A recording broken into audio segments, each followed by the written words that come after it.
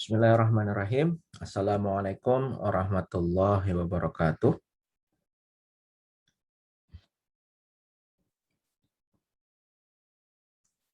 Kedengaran suaranya? Tes, tes.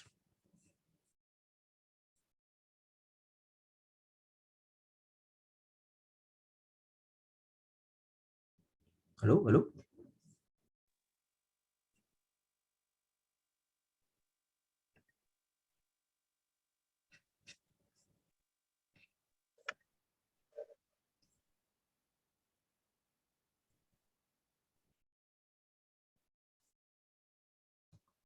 Kedengaran suara saya? Kedengaran, Pak. Oke. Saya ulangi. Bismillahirrahmanirrahim. Assalamualaikum warahmatullahi wabarakatuh. Waalaikumsalam warahmatullahi Warahmatullahi wabarakatuh. Alhamdulillah, salatu wassalamu ala rasulillah wa ala alihi wa sahbihi wa nulah. Asyhadu an la ilaha illallah wahdahu la syarikalah wa asyhadu anna Muhammadan abduhu wa rasuluhu nabiyya ba'dah. Alhamdulillah hari ini kita bisa kembali mengadakan pertemuan Zoom meeting untuk kegiatan praktikum Java 1 kelas D ya. Baik. Nah, harapannya minimal besok ini sudah mulai ada yang mengumpulkan link GitHub ya di Telegram. Jadi silahkan masukkan aja di situ npm sama nama, kemudian link GitHub-nya. Link cukup satu aja kan, mungkin ada beberapa repositori, cukup satu aja biar nanti saya cek reponya sesuai nggak dengan tugas yang ada gitu atau pekerjaan praktikum yang ada. Untuk ya gitu ya. Jadi nanti sebagai syarat untuk mendapatkan sertifikat, selain kehadiran minimal 3 pertemuan, kemudian juga prakteknya selesai minimal sampai praktek 3, karena agak banyak gitu ya. Jadi saya toleransi dan minimal 3 boleh, mau selesai sampai praktek 4 juga saya persilahkan. Baik, kita lanjutkan pembahasan dari pertemuan sebelumnya.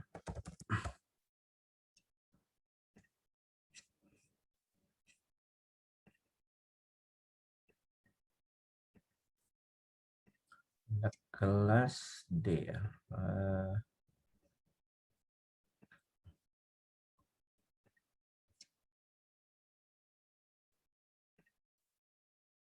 Oh, belum saya komit ya.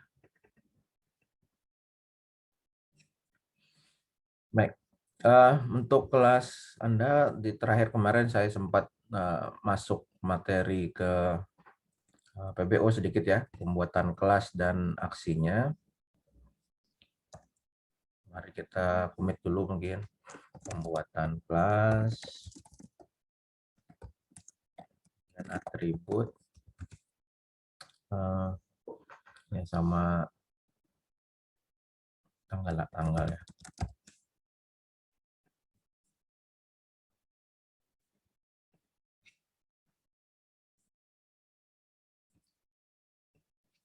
Oke, jadi di Java kalau kita ngikuti paradigma PBO, maka pembuatan atau pengelolaan aplikasinya ini menggunakan paradigma PBO, maka menggunakan berbasis objek.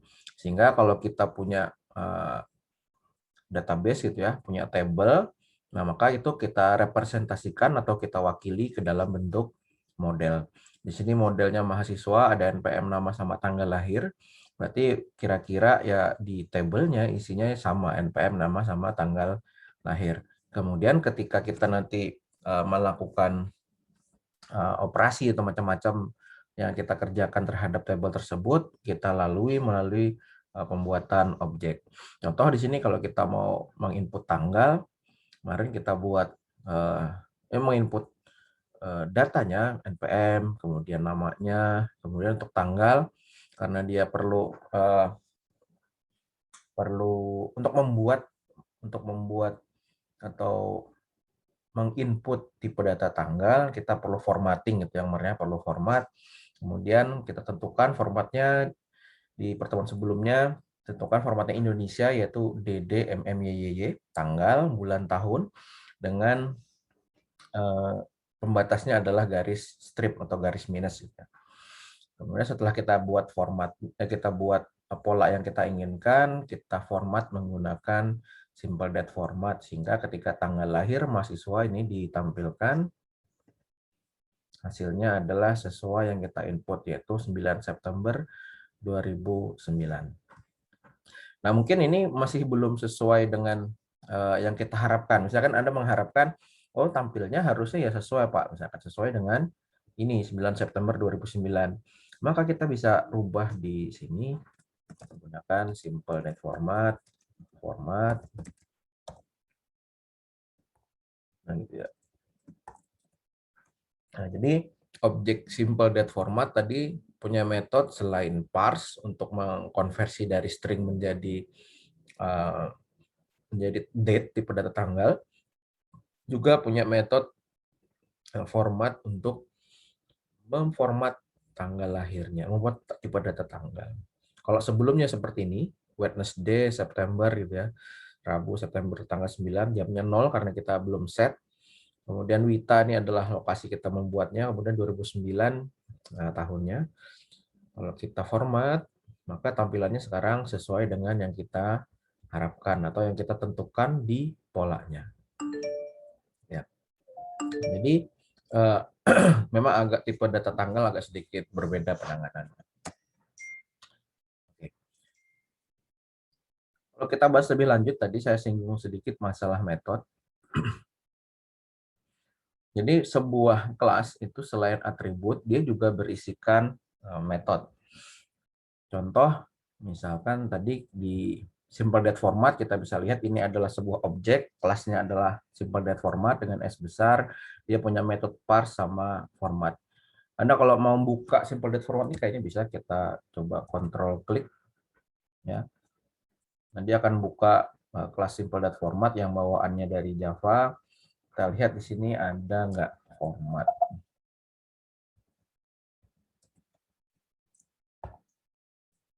Oke. Dari ini masih simple date format. Nah, ini dia. Nah, ini kan. Ini sebuah metode yang mereturn string buffer namanya format. Berarti ini ada metode yang bernama format yang punya return value string buffer. Atau tadi kita punya satu lagi parse. Nah, ini ada parse yang mana menerima inputan string, kemudian pass positionnya, kemudian returnnya berupa tanggal. Nah, kita bisa lihat bahwa pola seperti ini berlaku di kelas simple date format. Maka di kelas mahasiswa yang kita buat pun kita bisa buat metodenya. Misalkan mahasiswa mau ngapain nih? Misalkan bisa menyapa. Kalau dia melakukan menyapa, maka muncul misalkan hai. Hai, nama saya. Contoh saja. Jadi kita bisa buat behavior atau metode dari kelas yang kita buat.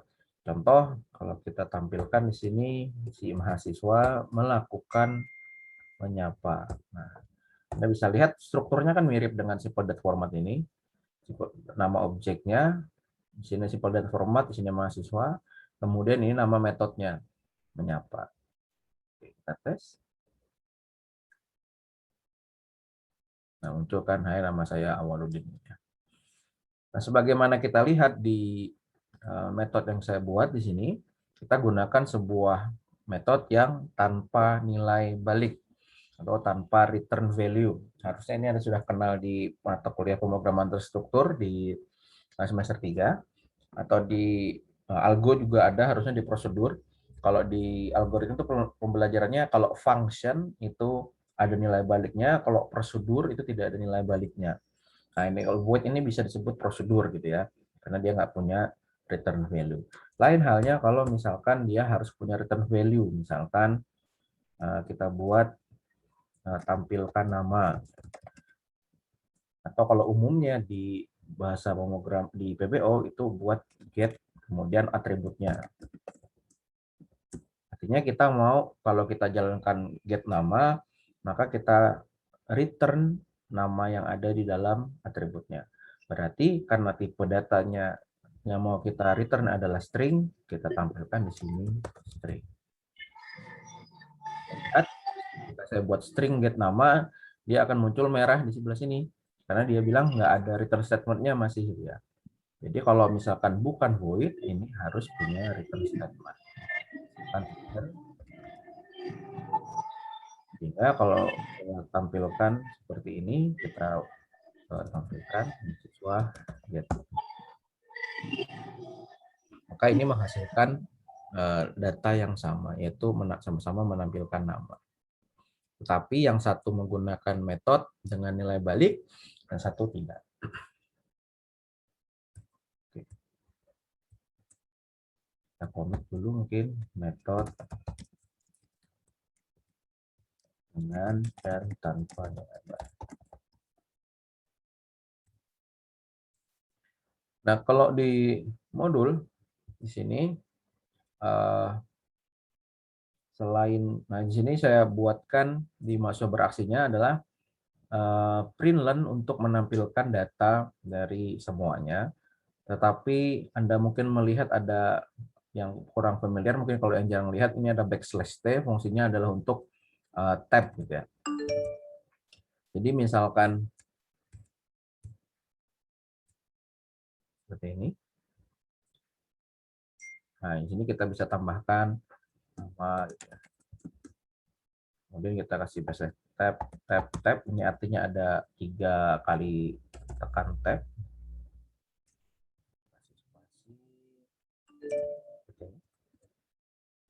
Nah, kemudian di sini kita juga berikan yang sama. Kalau untuk tanggal lahir kayaknya cukup 1 tab. Karena tanggal lahir sendiri sudah panjang, tanggal lahir. Kemudian ini tadi adalah NPM. Kita ganti ke atas. Ini NPM.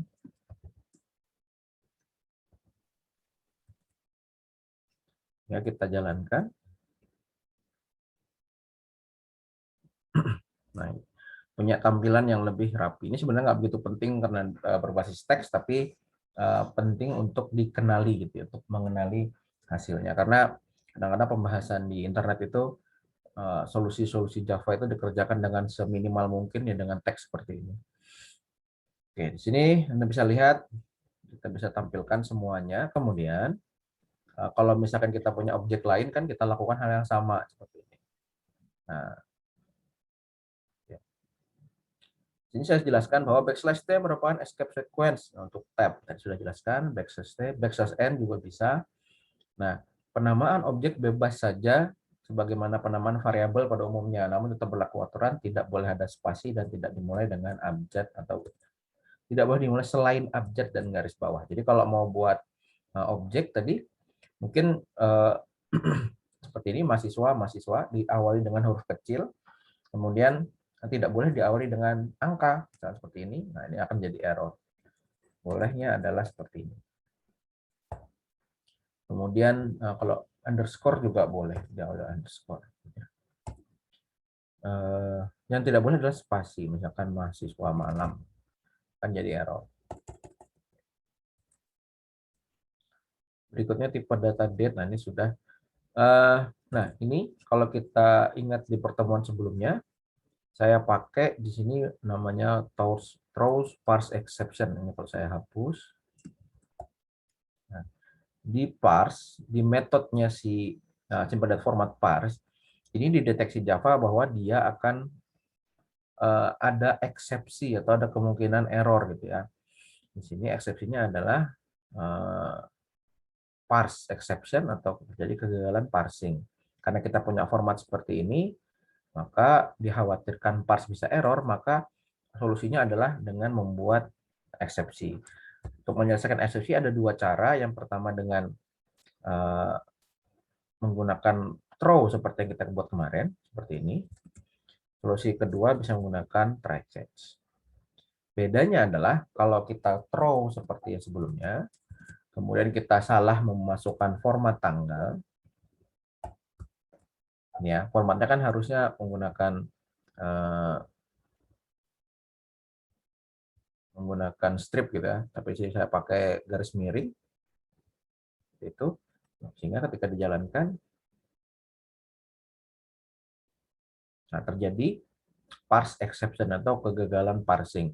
Dia nggak bisa nge-parsing karena apa? Karena formatnya garis miring, padahal yang diminta adalah strip. Nah, tentunya kalau terjadi seperti ini, sudah ketika ditangani user, ini akan mengganggu buat user kan, ini dia ngerti ini error apa. Nah, supaya kita bisa menyajikan tampilan error yang lebih mudah dibaca, kita bisa gunakan eksepsi try catch. Jadi ini kita ganti, tidak lagi menggunakan throws, kita pakai try catch. Alt enter di bagian merah, kemudian kita pilih surround with try catch. Artinya try ini kita coba dulu, yang mana ini ada kemungkinan error. Kalau terjadi error, kita taruh ke dalam catch. Kita cut aja ini, kita pindahkan ke dalam try. Sehingga ketika terjadi error, nah, selain kita bisa tampilkan errornya apa, kita mungkin kita buat sebuah pesan yang lebih familiar buat user bahwa format tanggal salah. Ya. Nah, kalau saya tampilkan ini, maka dia akan tampil sebagaimana throws tadi kan, masih ada seperti ini. Kalau mau tidak usah ditampilkan, nah, sehingga yang tampil hanya format tanggal salah. Ketika format tanggalnya sudah benar, baru programnya bisa berjalan dengan benar. Ya, itu fungsi try catch. Saya perlu waktu dulu memahami try catch ini. Kalau Anda bisa lebih cepat pahami, ya alhamdulillah. Saya kasihkan commit dulu penanganan eksepsi.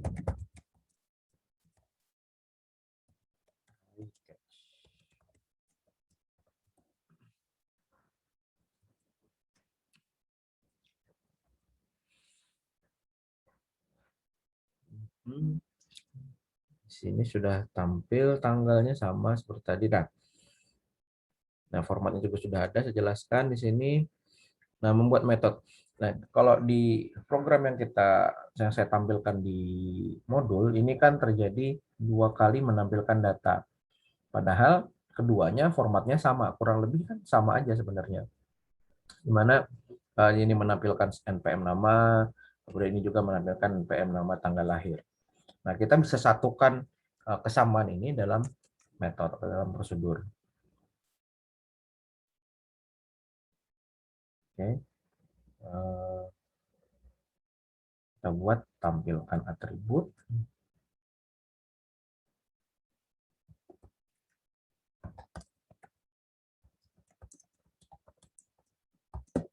Seperti itu. Kemudian kita masukkan lagi dari pemformatan simple date format beserta format tanggal lahirnya. Ini kita bisa pindahkan.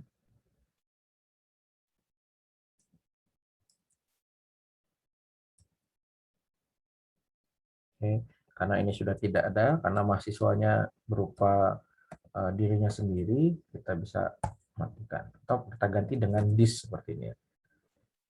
Oke. Kalau tidak ada nggak apa-apa, tapi kalau untuk membantu memahami ini codingnya menjalankan apa, kita bisa tampilkan this seperti ini.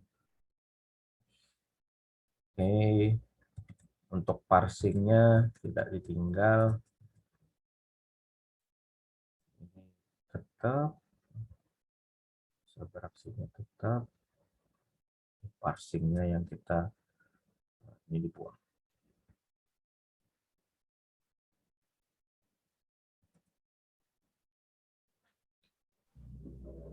Yang terakhir kita jalankan atau kita panggil tadi mahasiswa, tampilkan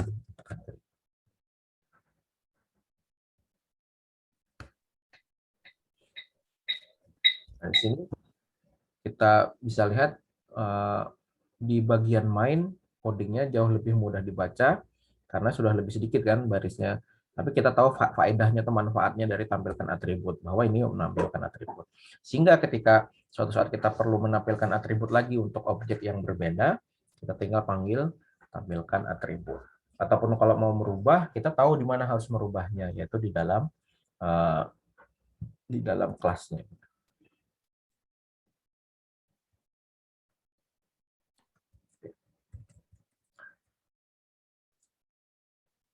Nah, di sini juga saya contohkan ada menyapa. Nah, kemudian ada untuk usia. Kita catch, tapi kita ini dulu. Metode.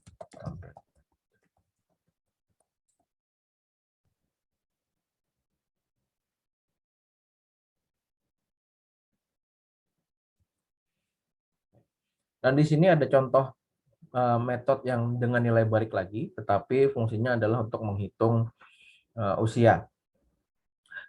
Anda bisa amati di sini. Kalau di codingnya mungkin agak panjang-panjang gitu ya, agak kalau tidak pelan-pelan bacanya mungkin membingungkan. Tapi kita coba dalami pelan-pelan isi dari coding kita ini. Yang di dalam mahasiswa kita buat sebuah metode namanya hitung usia. Nah, ini yang sering terjadi salah mahasiswa ketika bikin project baik aplikasi skripsi ataupun PKL adalah menyimpan menyimpan data usia. Nah, kalau Anda sebagai programmer harusnya bisa menganalisa bahwa data ini akan cepat usang kalau usia gitu ya. Misalkan Anda membuat sebuah aplikasi untuk klinik rumah sakit atau misalkan klinik gigi gitu ya. Yang mana kan kalau gigi kan jarang-jarang, Anda nggak selalu setiap saat mendatangi dokter gigi ya kan, paling kalau yang rutin 6 bulan sekali, atau misalnya kadang-kadang kalau lagi sakit aja, maka datang ke dokter giginya kan mungkin setahun 2 tahun jaraknya. Nah, sehingga kalau kita buat menyimpan datanya usia, misalkan ketika umur 10 tahun cabut gigi gitu ya, catat datanya usia. Nah, kemudian pada saat 2 tahun kemudian ada masalah giginya mau konsultasi, datanya kan menjadi tidak relevan lagi, tidak sesuai lagi. Tadinya adalah 10 tahun, ketika dia tanggal 12 tahun mendaftar lagi, oh usianya masih 10 tahun gitu ya.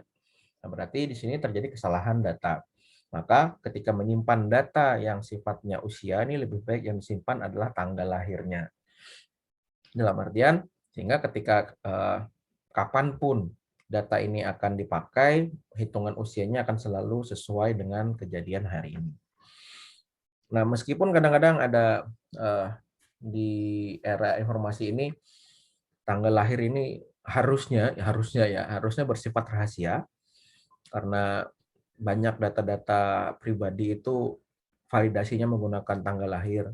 Contoh misalkan paling gampang, ada banyak nasabah bank itu biasanya pak ATM-nya, PIN-nya tanggal lahir gitu. Itu kan padahal bahaya banget.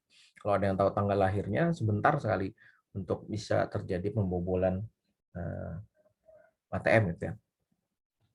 Nah, itu juga jadi masalah membuat data-data Indonesia ini terlalu gamblang tanggal lahirnya. Tapi nggak usah di data Indonesia pun, Anda biasanya dengan santainya menampilkan tanggal lahir di Facebook gitu kan, supaya kelihatan wah nanti ada yang ngucapin ulang tahun. Padahal itu hati-hati sekali ya, karena banyak validasi data itu menggunakan tanggal lahir. Nah, jadi kembali lagi untuk menghitung usia, paling mudah kan sebenarnya kita hitung tahunnya, atau kita hitung tahunnya gitu. Untuk mengambil tahun atau mengekstrak data tahun dari tipe data date, kita gunakan suatu kelas namanya kalender. Kalau ini saya return ini dulu ya. Ini kan merah ini. Kalau saya ngode ada merah gini, jadi ragu-ragu. Jadi lebih baik saya returnkan dulu 0 gitu. Oke. Oh, tidak ada terjadi kesalahan. Kemudian kita buat sebuah kelas kalender, buat objeknya berupa tanggal lahir.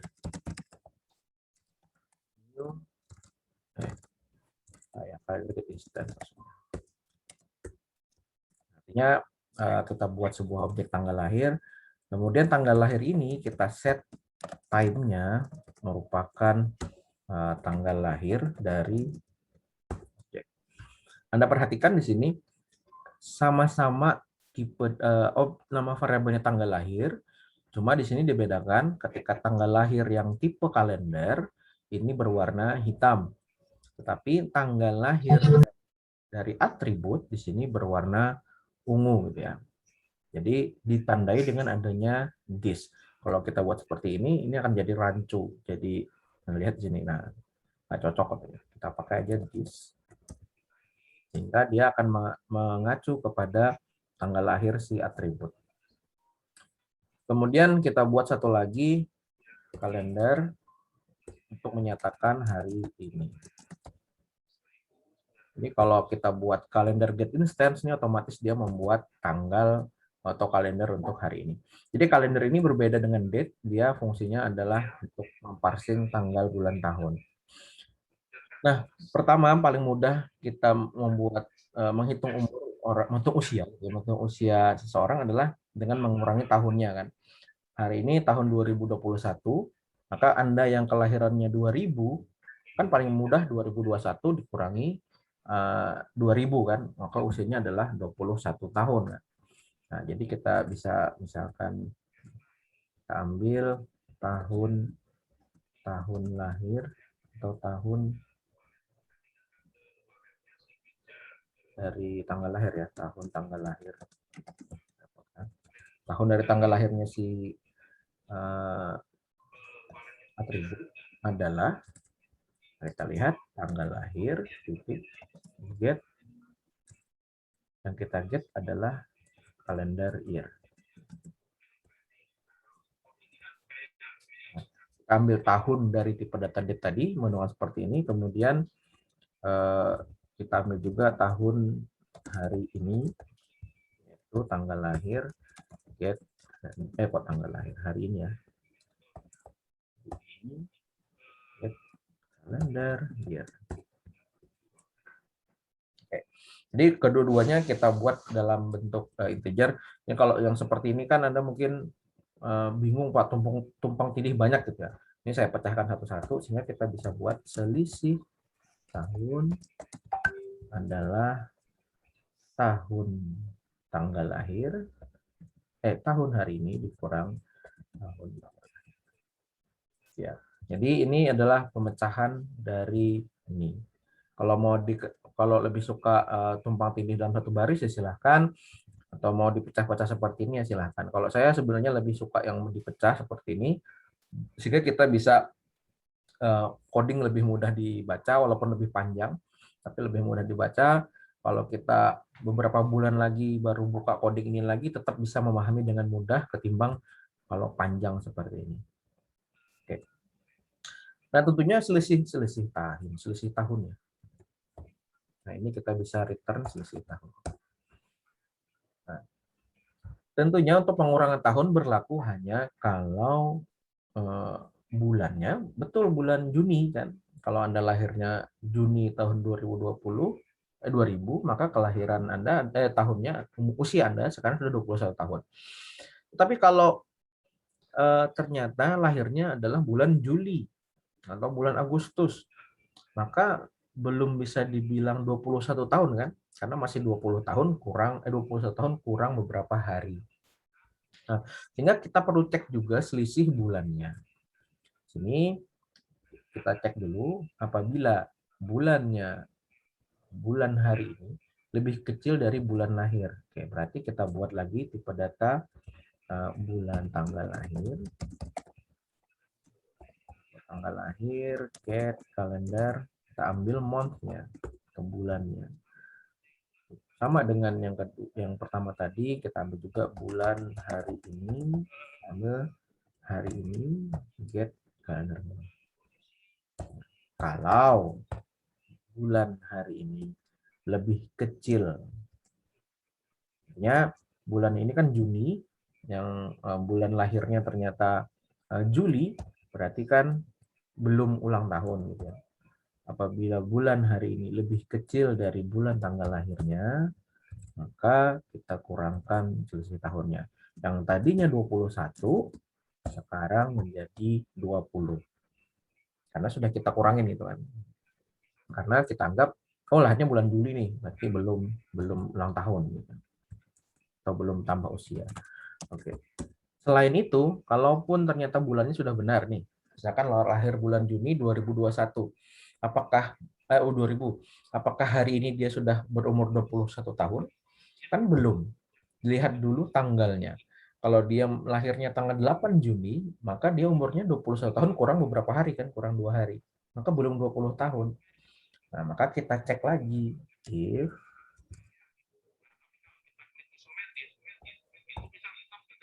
kita ambil lagi, kita cek dulu, tapi kalau bulannya sama persis dengan tanggal lahir,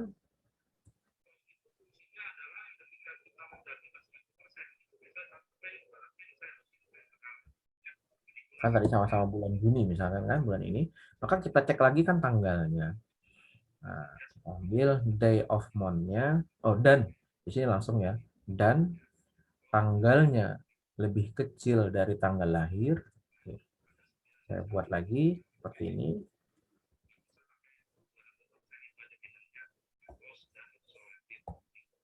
Tanggal dari tanggal lahir, baru tanggal lahir.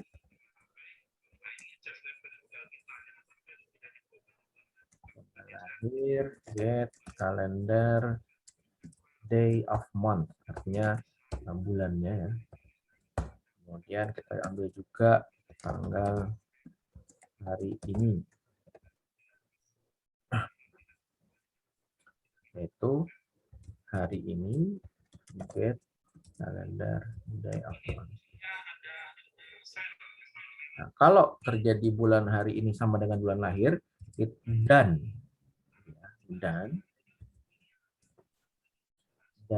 tanggal hari ini lebih kecil dari tanggal lahir, maka umurnya kita kembali kurangi. Nah, untuk mengujinya ya kita harus pakai kan. Nah, kita coba masukkan lahirnya adalah 5 Juni. Juni 2000. Kemudian kita tampilkan mahasiswa hitung usia.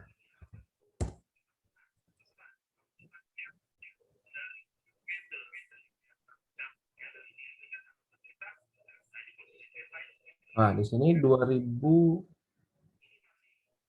11 tahun ya. Sebentar. Ini kok hitung usianya kok aduh.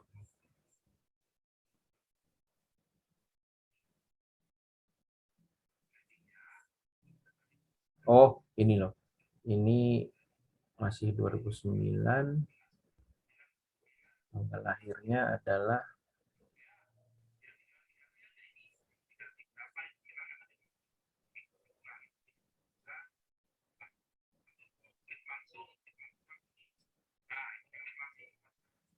saya masukin yang lain.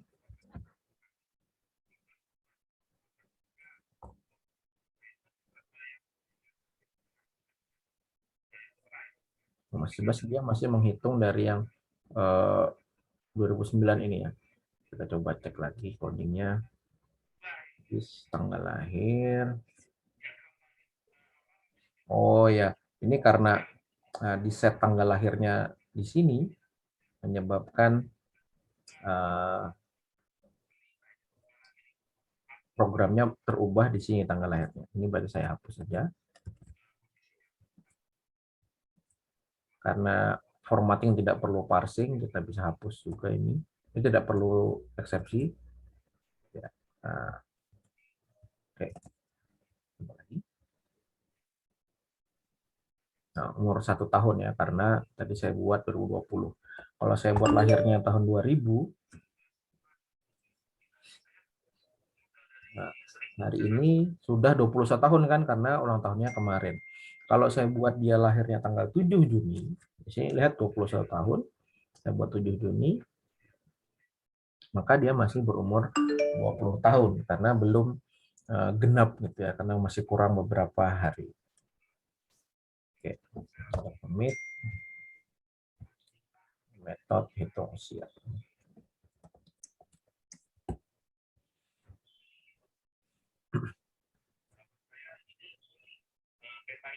Ini sudah saya contohkan untuk bagaimana menampilkannya juga. Oke. Berikutnya ada konstruktor. Kalau Anda perhatikan di sintaks program yang kita tulis, ada yang namanya konstruktor di sini ya. Jadi ini adalah kelas atribut konstruktor. Konstruktor kalau kita perhatikan bentuknya atau kita lihat sintaksnya, ini atau kalau misalkan mau melihat hasil generate dari IntelliJ ataupun ID yang lain, kita bisa buat dengan klik kanan generate konstruktor. Background. Nah, berarti ini adalah konstruktor. Kita lihat polanya bahwa konstruktor ini adalah namanya sama dengan nama kelas. Nah, bisa lihat ini persis sekali ya, besar kecilnya sama. Kemudian yang kedua sifatnya dia merupakan metode.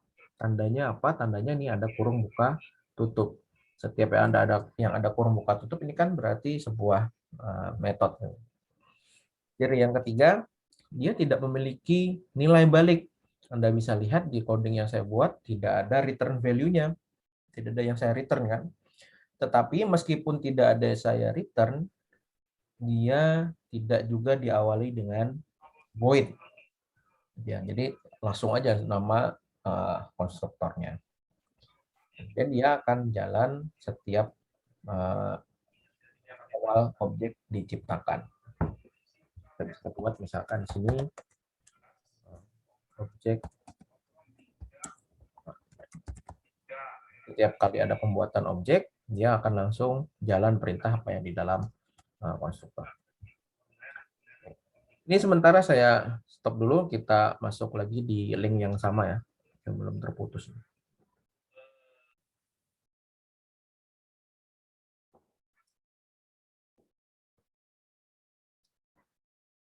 Baik, kita lanjutkan lagi sedikit.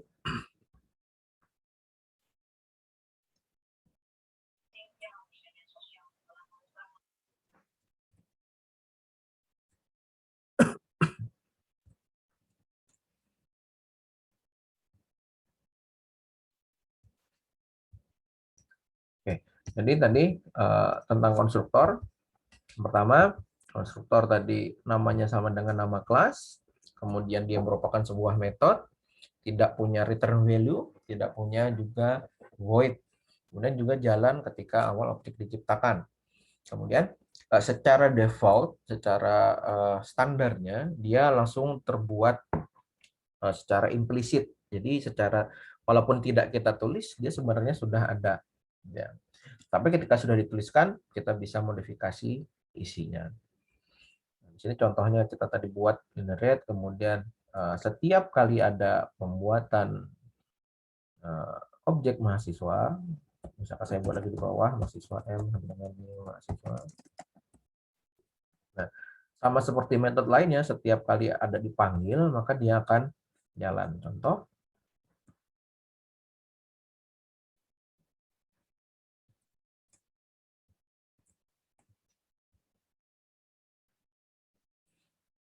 di sini, nah ada yang pertama objek diciptakan, ini immediately yang dijalankan adalah yang baris 9, kemudian ada lagi objek diciptakan, ini yang jalan adalah baris 24. Jadi dia metode pada umumnya.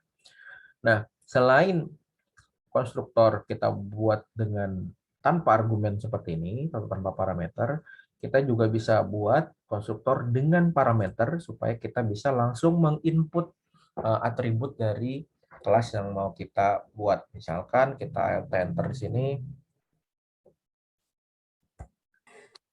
kita buat konstruktor, kemudian dengan tombol shift kita pilih semua, kemudian bisa kita oke.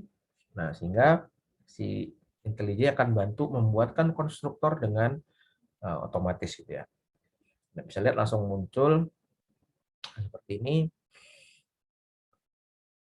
Jadi kita bisa langsung masukkan aja ininya ya di dalam ini. Kan 1993 0002,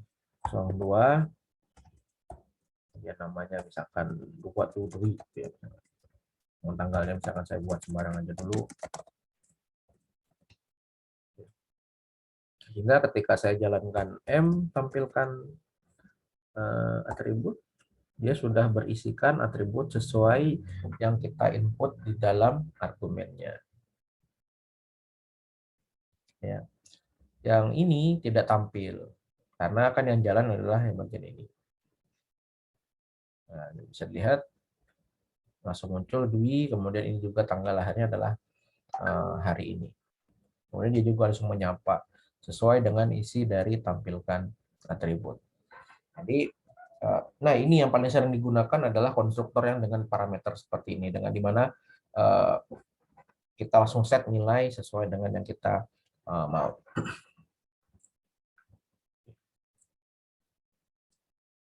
Caranya saya kira sudah cukup gamblang, saya jelaskan sampai ke bagaimana formatnya menjadi string. Sini saya ganti menjadi string sehingga inputannya lebih mudah. Saya comment dulu, masuk.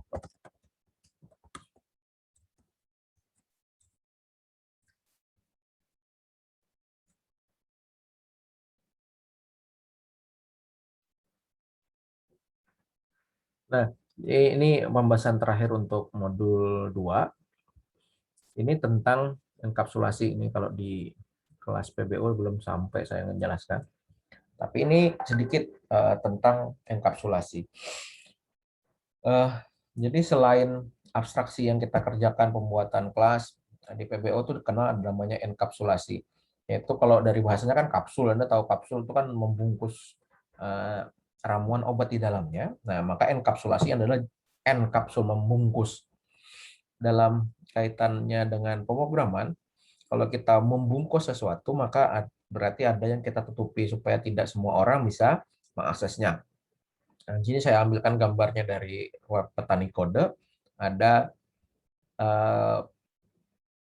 apa namanya nih? Apa ya namanya? Kuncinya gitu ya. Kunci atau penjelasan tentang hak akses dari modifier enkapsulasi. Yang pertama, kalau sebuah atribut atau metode ataupun kelas menggunakan kata kunci public atau modifier public, maka dia akan bisa diakses oleh kelas itu sendiri, bisa diakses oleh kelas dalam package yang sama, bisa diakses oleh subkelasnya atau turunannya nanti, kemudian juga bisa oleh word, artinya bisa diakses oleh keseluruhan atau dunia, itu maksudnya keseluruhan, baik oleh kelas yang ada di package yang lain ataupun oleh project yang lain kayaknya bisa. Kalau itu kita deklarasikan sebagai public. Tetapi kalau kita deklarasikan sebagai protected, dia hanya bisa diakses oleh kelasnya itu sendiri. Kemudian kelas yang dalam package yang sama, kemudian subkelasnya juga bisa mengakses. Tetapi kelas lain tidak bisa mengaksesnya. No modifier, seperti yang kita buat di sini, no modifier, artinya tanpa modifier di sini. Nah, di sini hanya bisa diakses oleh kelas dan package yang sama. Kemudian kalau kita buat private, nah maka ini tidak bisa diakses sama sekali oleh yang lain. Hanya bisa diakses oleh kelas itu sendiri. Kita coba mendemokannya mungkin menggunakan, di sini kita punya package kan, model. Jadi mahasiswa ini di dalam package model. Kemudian ada method main, yang mana ini di luar dari package model. Kita coba panggil si mahasiswa di sini.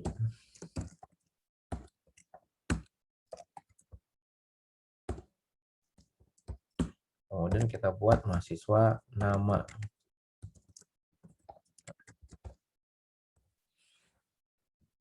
Nah, Anda bisa lihat di sini berbeda dengan yang ada di aksi.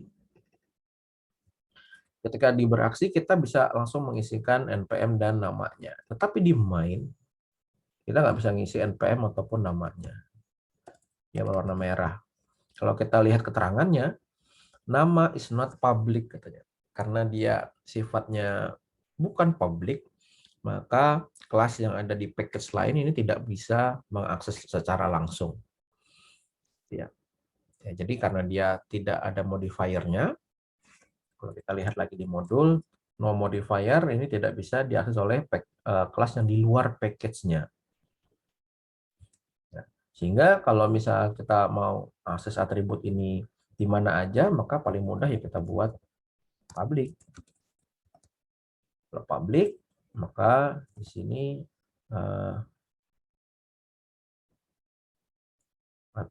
yang di public nama ya. Ini saya kasih nama di sini. Nah, maka bisa diakses. Tapi kalau misalkan tadi tanpa ini, nggak bisa diakses oleh si main. Begitu juga ketika saya buat, apalagi private ya, kalau private jelas ini tidak akan bisa diakses oleh main, tidak bisa diakses juga oleh beraksi. Walaupun dia kelasnya pada kelas dalam package yang sama, tetap tidak bisa diakses karena dibuat private. Walaupun protected, protected tidak bisa diakses oleh kelas yang ada di package yang luar. Oke. Terus bagaimana caranya kalau misalkan, oh ya, pada kenyataannya dalam pemrograman PBO ini semua atribut umumnya ditulis menggunakan private. Ya.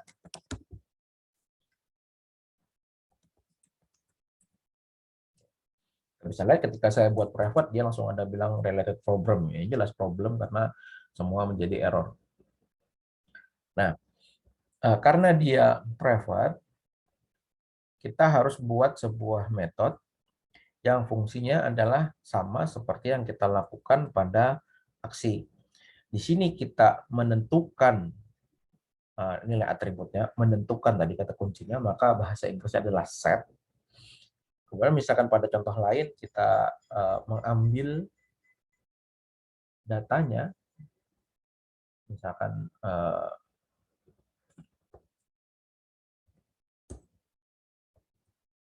seperti ini, kan mengambil ini maka adalah get. Jadi di sini adalah menentukan nilai adalah set, mengambil nilainya adalah get. Nah, jadi walaupun atribut yang kita buat sifatnya private, kita bisa buat hak akses dari kelas lain ini menggunakan getter and setter namanya. Get untuk mengambil nilai, set untuk menentukan nilainya. Ini misalnya saya hapus, kita generate secara otomatis. Klik kanan, generate, getter and setter. Kita bisa centang semuanya menggunakan shift, kemudian OK. Sehingga otomatis di-generate ada get nama, ada set nama, get npm, set npm, dan seterusnya. Nah, dengan menggunakan getter dan setter, kita bisa set sini. Misalkan kita ganti, nggak lagi langsung npm, tapi gunakan set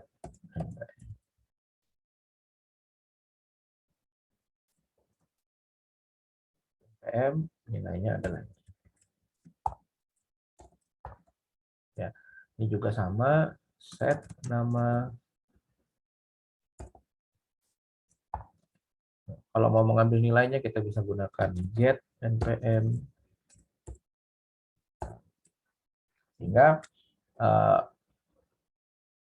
nah, di sini juga ada set tanggal lahir. Set tanggal lahir. Oke. Nah, jadi cara penulisannya adalah kita gunakan getter and setter. Begitu juga yang di main, kita juga bisa buat di sini set nama. Kenapa bisa ya? Karena getter setter secara defaultnya dia bersifat public. Ketika pertama kali belajar paradigma PBO ini, saya butuh tanda tanya kan. Kalau di sininya dibuat private, terus kenapa metodenya dibuat public kan gitu kan? Kenapa nggak kayak pertama tadi aja?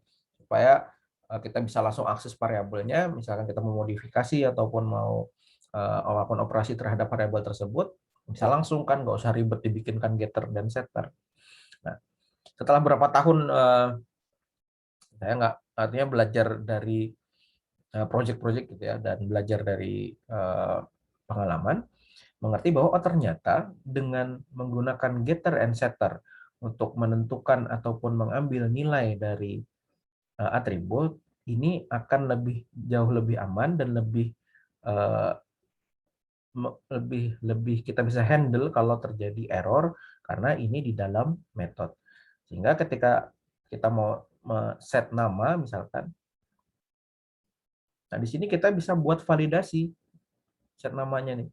Misalkan, oh kalau set nama ini harus minimal 3 karakter misalkan ya. Nah, kita bisa membuat validasi sini. If misalkan jumlah karakternya berapa, kita bisa tentukan. Misalkan NPM-nya harus sesuai format tertentu, nah kita bisa melakukan formatting juga di dalam metode. Sedangkan kalau misalkan kita langsung set atributnya tadi tanpa menggunakan metode, nah kemungkinan error terjadi tinggi, dan kemungkinan security juga tinggi. Kemungkinan security-nya juga lebih gawat, itu lebih tidak aman. Kenapa demikian? Karena bisa saja ketika Anda sudah punya sistem online gitu ya, kemudian sudah terkoneksi dengan database. Nah, kalau model-model set langsung ke atribut, ini bisa dieksploitasi oleh hacker gitu ya. Paling mudah sih sebenarnya kita bisa menggunakan SQL injection. Kita injeksi sebuah perintah yang akan selalu bernilai true, maka ketika SQL-nya dieksekusi ya dia tampil. Nah, supaya bisa menangani kemungkinan terjadi SQL injection, kita bisa buat di dalam metode setnya. Itu juga dari dengan validasi atau formatting karakter, kita bisa lakukan di dalam metode ketimbang langsung mengakses atributnya. Nah, itu kira-kira penjelasan tentang getter dan setter. Bukan enkapsulasi ya, enkapsulasi. Kemudian bagaimana mengatasinya, itu menggunakan getter and setter. Saya komit dulu. Encapsulation, getter and setter. Saya push, lupa lagi. Push.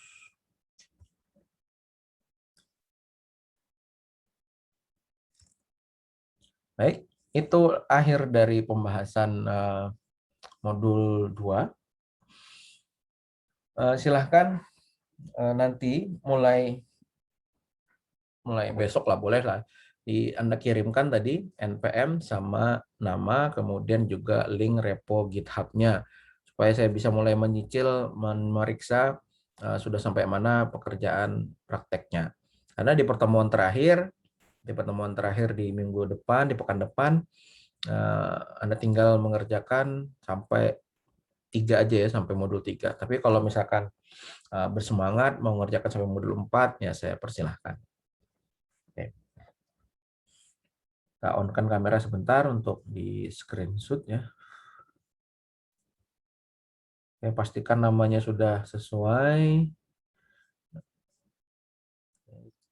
3, 2, 1. Lagi 3, 2, 1.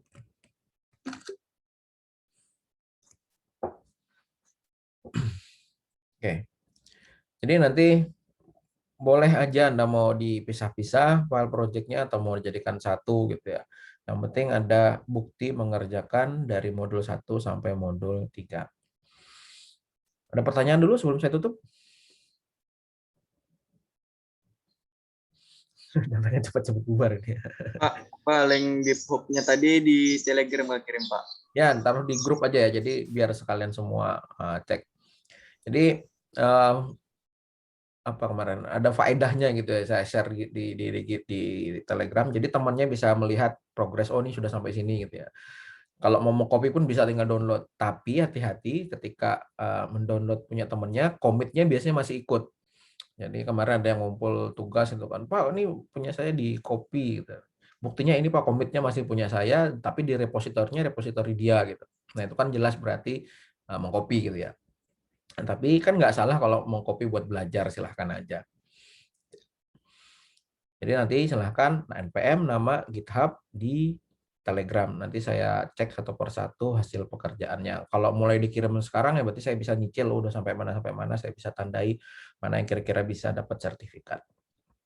Oke, ada lagi? Wah, yang sudah ngirim kan? Semangat itu. Oke, kalau tidak ada yang tanyakan lagi, saya cukupkan sekian. Mudah-mudahan yang sampaikan bisa bermanfaat, bisa membantu Anda ke depannya. Wabillahi taufiq wal hidayah. Assalamualaikum warahmatullahi wabarakatuh. Waalaikumsalam. Waalaikumsalam warahmatullahi wabarakatuh.